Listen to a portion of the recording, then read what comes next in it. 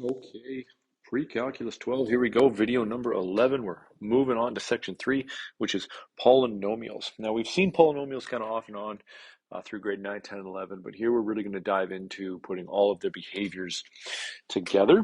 This is a 20-slide video, but a lot of it has images on it that I will just talk about. So here we go. The definition of a polynomial is mathematically, a little messy, but really what it is it is a term. So remember we talked about terms, 3x, 4x, y, z, all of those things are terms, right? And all of those things can have exponents, so 3x squared. Those are all terms, or 4z to the 2. Those are all terms. So once we get a polynomial, it's any combination of those types of terms. So what we're used to seeing are things like x squared minus 7x plus 4. That's a polynomial. But we can have higher degree ones, right? That was a quadratic. We could have x cubed plus 2x squared minus 4x plus 5. That would be a cubic, and so on and so forth. Those are what we think of when we come up with a polynomial. Now, remember that it's very important that any exponent on any of your variables, little ones there we don't write, have to be whole numbers. We cannot have negative exponents, and we cannot have fractioned exponents. If we have those, yeah, we have a mathematical expression, but it is technically not a polynomial. Okay, polynomials must satisfy that piece of information. So the degree of the polynomial, remember, is the degree of the leading term. So in this case, I have this in descending order because that's x to the 4, that's x to the 3, that's x to the 1. So I'm in descending order. The highest degree here is 4. So this is a 4th degree polynomial. And you're going to see why the degree is important a few slides from here. This next one, and now don't be fooled, this is the square root of 3. Now that wouldn't be allowed if it was the square root of x, right? That's not a polynomial. You can have a coefficient under a radical because we still just have a 2 as an exponent and a 1 as an exponent. So we still have a polynomial here. It is a second degree polynomial. Remember, second degree polynomials are called quadratics. Fourth degree polynomials are actually called quartics, but we'll just say fourth degree at that point. The only one we really like to say regularly is quadratic. You might see your cubic on a third degree, but quadratic's the biggie. So what does this have to do with polynomials? Well, the shape of a polynomial has to be a smooth and continuous line. So you can see here, I'll retrace the red line in green. This is a smooth, continuous polynomial. There is no, or graph, there is no sharp edges, there is no missing gaps. Same with this one, right? I can draw this in one stroke of my pen without lifting my pen off the screen in this case. So those are polynomials. Things that don't look like polynomials are when you have graphs that have sharp edges, like an absolute value polynomial here. This has a sharp edge, right? There's a point right there, so that is not the shape of a polynomial. Or you have a gap. So here we have a gap. We have a red line, we got a big gap, and then we got another chunk. Now, yeah, those things are graphable, but they are not polynomials because there's a break in it. So let's look at general polynomial behavior with respect to tying back into section 2, transformations, and particularly reflections. And why reflections? It's because it shows you what a negative leading term does. So in this case, we have our good old-fashioned regular linear equation, right? This red line, this is f of x equals x, or y equals x. We have a slope of 1, we have a y-intercept of 1. And you can see it starts down, finishes up, positive slope, right? Now, if we have a negative leading coefficient, so a negative 1, it reflects, now when we first learned this, we didn't know about reflection, but it reflects all of my x values in the y-axis. So you can see that everything has been flipped. So now it starts up and finishes down. So it changes what we'll get to later, my end behavior. Okay, so in this case, well, let me be completely clear. Let's go back to our function notation. In this scenario, we're not flipping our x values because we don't have the negative in here, right? We have negative my entire function. So technically what's happened is my y values have been flipped. These ones go up and these ones go down. Sorry, very important distinction because we're negative leading coefficient means we now have a negative function, right? So that is the reflection that is happening. It is a reflection in the x-axis. Now, you can see that more prominently when we get to higher degreed graphs. So here you have your quadratic, your basic parabola. Here's my basic f of x equals x squared. But what happens if the entire function is a negative? Remember, the difference there is if it was in with the x, it would be like this, which would still be a positive value. So it wouldn't actually change the look of my graph. But since it's outside of my function, right, it's outside of the x squared, it flips my y values, my reflection. So you can see a negative parabola starts down, ends down. A positive parabola starts up, ends up. And that's going to come down to degree and end behavior. What about a cubic? Well, I didn't do cubic, never mind, got ahead of myself. So let's just look at a graph that kind of, or a table here, that kind of helps explain end behavior. Now, if you have an odd exponent, it means you have a linear, so like this, or you have a cubic like this, or you have a fifth degree. What you get in that case with the domain and range is all real numbers, because that's going to extend, sorry, that's going to go like that, extend.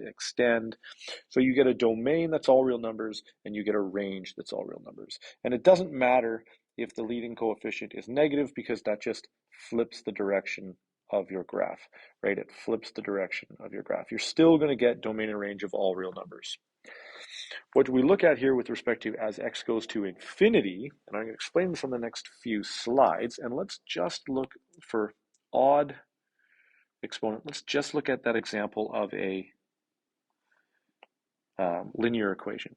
As x goes to infinity, so as my graph goes that way, f of x, or my y value, increases, right? Goes up.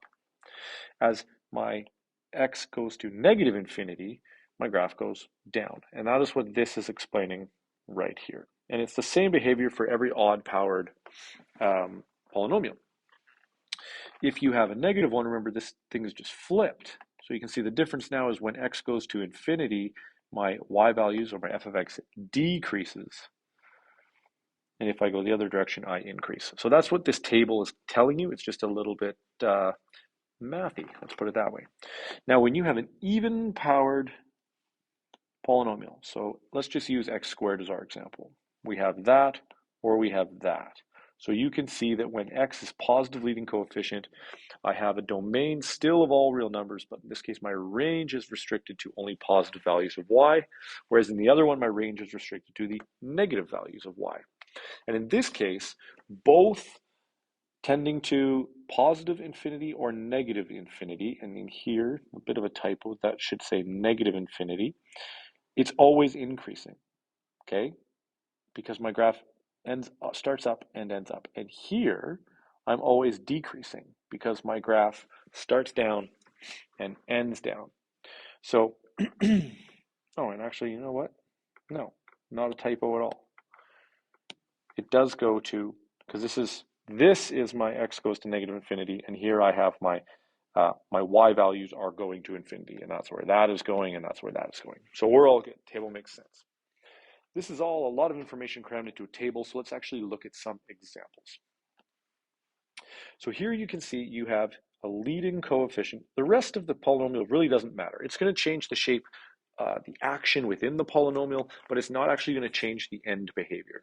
All that matters for end behavior is the power of the leading coefficient, so the degree, and the leading coefficient, positive or negative. And in this case, I have a positive leading coefficient and an odd power. So if I have an odd power, I start and finish in different directions. And this is my basic cubic, right? And I can see that I start down and I finish up if I'm reading it from left to right. If I have reversed the leading coefficient, right, reflected all my y values, all it does is it flips where I start. In this case, I start up and I finish down. So just by looking at a graph, you should be able to say, okay, this is an odd power or an even power, but this is a positive or negative leading coefficient, because the idea is here you know your mother graph, so that should be a parabola, more of a U, cubic, right? So if you know those, that's a funky cubic, but yeah, cubic, then you can determine when things have been reflected. So those are your first two examples. What about a fourth power? Well, a fourth power, it's an even exponent. It's going to start up and end up, or start down and end down. And what it comes down to is positive leading coefficient means up, up. Negative leading coefficient means down, down. That is the relationship. That's all you really need to wrap your brain around. Okay, so what about the constant? The constant is the number at the very back of your polynomial, the last number that does not have a variable.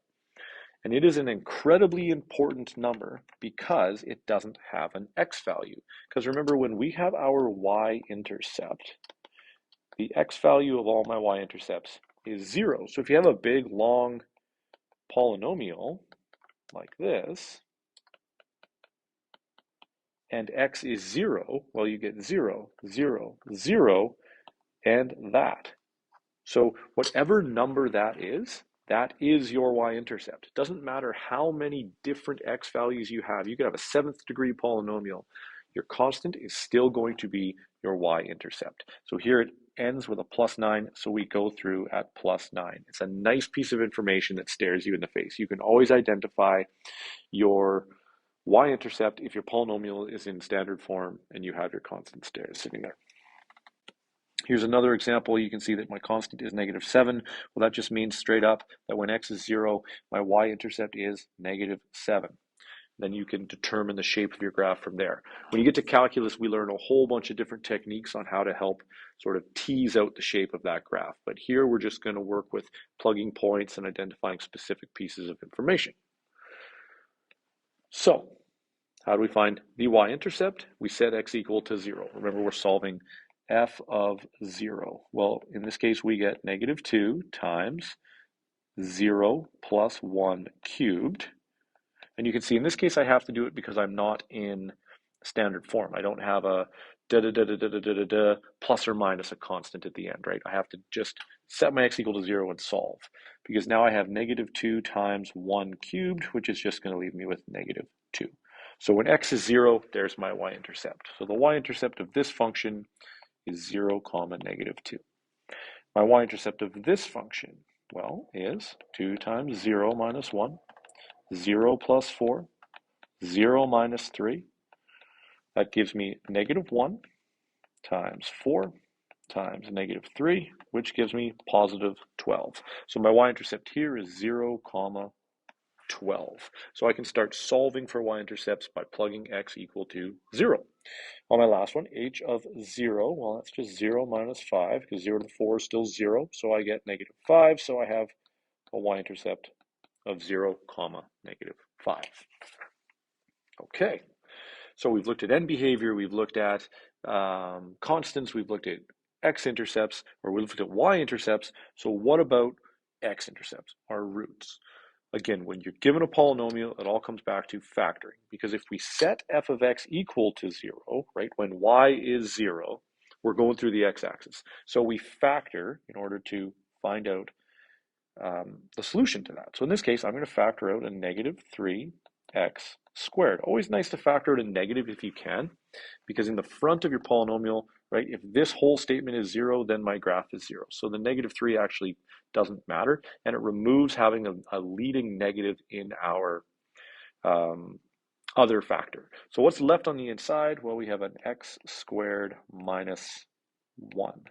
And now if you remember your factoring, we have 0 equals -3x squared, and then a difference of squares. So x plus 1, x minus 1. So what values will make this whole thing 0? Well, when this thing is 0, when this thing is 0, or when this thing is 0. And when does that happen? Well, that happens when x is 0, when x is -1, or when x is +1. So all of those values are x-intercepts, or what we call the roots or the zeros of my polynomial. So let's do another one. So here I have a cubic. Now, cubics aren't necessarily easy to factor. We're going to dive into how to factor these things using something called long division, but we always have the possibility of being able to factor by grouping. So remember, factor by grouping was throw brackets around the first two and the second two terms, factor out something in common, and see if you get to a scenario where you can then have a common factor. So from my first one, I can factor out an x squared, and I'm left with x minus 2. From my second one, I can factor out a plus 1, and I'm left with x minus 2. So in this case, factor by grouping works. I could then factor out the x minus 2, and I get x squared plus 1 times x minus 2. And if that is set equal to 0, well, then this is 0, or this is 0. So this is 0 here when x equals 2, but this will never equal 0, because if I tried, I'd have to take the square root of a negative number. So there's no solution for this portion, so this is my only root. So that's possible, that happens, and we enjoy it. So we got our y-intercepts, we got our x-intercepts, we got our leading term behavior, we got our degree behavior. So let's tie our zeros and our turning points to our degree. Let's kind of tie all this stuff together. So zeros, roots, they're related to the degree. So a polynomial of degree n has at most, n real zeros. But what matters is whether or not the degree is even or odd. So if you have an even nth degree polynomial, which means you have a polynomial that is x squared or x to the 4, anything like that, right? You have anywhere from 0 to n intersections. And why that happens, let's look at what it means to have 0 intersections, right? Why would we be able to have 0 intersections? Well, we could cross like this. And by cross like this, I mean not cross at all. You could have a parabola that starts up and ends up, but does not actually dip below the x-axis. In that case, how many times do we intersect the x-axis? 0 times, right? And you could have that same concept if you started down and ended down, but you don't touch the x-axis. That is a moment where you intersect 0 times. Now, okay, well, it says 0 to n times. Well, that means we can intersect once. Well, how do you intersect once if you're turning around? Well, what happens if you're lying directly on the x-axis? That technically is only one intersection because we're lying right on it. And we'll talk more about that in the last slide, but that is possible. And then the other one is what we're used to. We're used to a parabola that crosses like that, or one that crosses like that, and that is sort of our generic two-solution quadratic. Now, if you have a degree 4, you're going to cross 4 times, 3 times, 2 times. You'll see what I mean by that when we get to something called multiplicity, or again, 0 times. Because since you start up and end up, or you start up and end down, you have to either cross, sit on it, or never cross it. But you don't have the opportunity to have to cross it, right? You don't have to. This scenario is allowed. And that is different when you have an even exponent than when you have an odd. Because if we look at an odd exponent, let me do odd on this graph. Took odd off. If you have an odd exponent, then you have a slightly different scenario, okay? Because if you have an odd exponent, so let me just change this. If you have an odd nth degree polynomial, we now cross anywhere from 1 to n times. You do not have the allowance of never crossing it. Because remember that if you have an x or an x cubed or an x to the 5, you start up and end down, or you start down and end up. So no matter what, you have to cross at least once, right? You could have a cubic that sits right on there for a while and drops. It still has to cross. So it can cross at minimum 0 times and at most n times. Whereas an even degree here doesn't necessarily have to cross. And it's because of that end behavior. So how do we tie turning points now to the degree? And this is quite interesting. The number of turning points of a graph is one less than its minimum degree. And I want you to think about a line, okay? That is a y equals x graph. The degree on my x is a 1, and 1 minus 1 is 0. So 1 less than my minimum degree is 0. I have 0 turning points. If I have a parabola, right, I have 1 turning point, and it's an x squared graph. My minimum degree is x squared, so 2 minus 1 is 1. I must have 1 turning point. So if you look at a graph, you can determine its minimum degree based on its turning points. So in this graph on the left, I have a turning point here, here, here, and here. Now that's 4 turning points. So if I have 4 turning points, it means that my minimum degree has to be 4 plus 1, because the turning points is 1 less than the degree. So this is a minimum 5th degree polynomial. And you'll understand why it's minimum when we get to multiplicity, because it could be a 7th degree, or it could be a 9th degree. Because you can have multiplicity roots, which again, I'll mention in just a few minutes, but you have to at least have 5 because of the turning points. If we look at the graph here on the right, well, on this graph, you have 1, 2, 3 turning points. And again, you can see that this starts up, ends up. So you know it's going to be even, but 3 turning points means it has to have a minimum degree 4 quadratic. So let's kind of make sense of that. Why minimum? That doesn't really compute with me, right? It's like there's 3 turning points. Starts up, ends up. It could be 4. But it's because we have this thing called multiplicity. So multiplicity is when you factor out a root and you have that root as a solution more than once, right? And I'll do an example here, and then I'll do a little side example on the same grid. Because if you look at this, you can factor this out so that you get x squared and then x squared plus x minus 6, which can then itself factor to x plus 3, x minus 2. So what you have here is you have a root here at x equals negative 3. You have a root here at x equals 2, because in both of those scenarios you get an equation that equals 0. And you can see, here we go. Here's x equals negative 3, and here's x equals 2. But here you have x squared, and that occurs when x equals 0. But since you have x squared, it means you have x equals 0 twice. So we call that of multiplicity 2, which is why the graph bounces off at that point, okay? Because you have a multiplicity 2. If you have even multiplicity, you bounce off the axis. If you have odd multiplicity, you go through it. So in this case, we can't see it down at the bottom of the graph here, but we have 1 turning point down there, 2 turning points here, 3 turning points. So we have a minimum x to the power of 4. Now, that example I was talking about is you could have a graph that looks like this, where it looks like it's really lying down, but it could be like this right here at x equals 7 is my root. And in that case, you could have something that looks like this, x minus 7 to the 4. So what does that mean, right? That means I have a 4th degree polynomial, which means I should have 4 turning points. But the turning points are the minimum degree. This could be a regular old polynomial. 1 turning point would mean I have a quadratic, right? I have x minus 7 squared.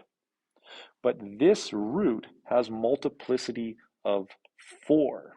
And that's why you get a minimum number or minimum degree from the turning points, because that minimum degree here would be 2. But it's possible with multiplicity here that I actually sit on that root 4 times, 6 times, 8 times. So I could actually be a degree 4 quadratic or polynomial in this case, but I just have the same root of multiple multiplicity, which is why the minimum degree is the turning points plus 1. But the maximum degree, it depends on multiplicity. And here's that exact drawing, right? Here you have an f of x equals x to the 4. So it's sitting at 0, but it's sitting at 0 multiplicity 4. Whereas in this one, we're sitting at 0 multiplicity 2. So it makes the graph look a little bit more like it's sitting harder on the point, but it's just to really emphasize the fact that you have multiple multiplicities at that moment. And you can see both of these have one turning point. So their minimum degree is 2. Now this one has a degree of 2, but this one has a degree of 4 because 2 is the minimum. So it's a really, really, really important aspect to consider, and knowing how to factor gets you your roots. So there's a lot happening here with polynomials, but we're just going to sort of scratch the surface, because knowing how to graph a polynomial means knowing how to graph the relationship between x's and y's. And that is the basis of calculus, because we get into how do we graph a related relationship between one, two, or multiple variables. And being able to do that allows us to look at data and come to conclusions. So this intro to polynomials is just sort of your kickstart in that general direction. So you might have to watch aspects of this a couple times, but please go through the notes, try the questions, practice, practice, practice, and when in doubt, ask questions. All right, thanks so much. I hope you enjoyed the video.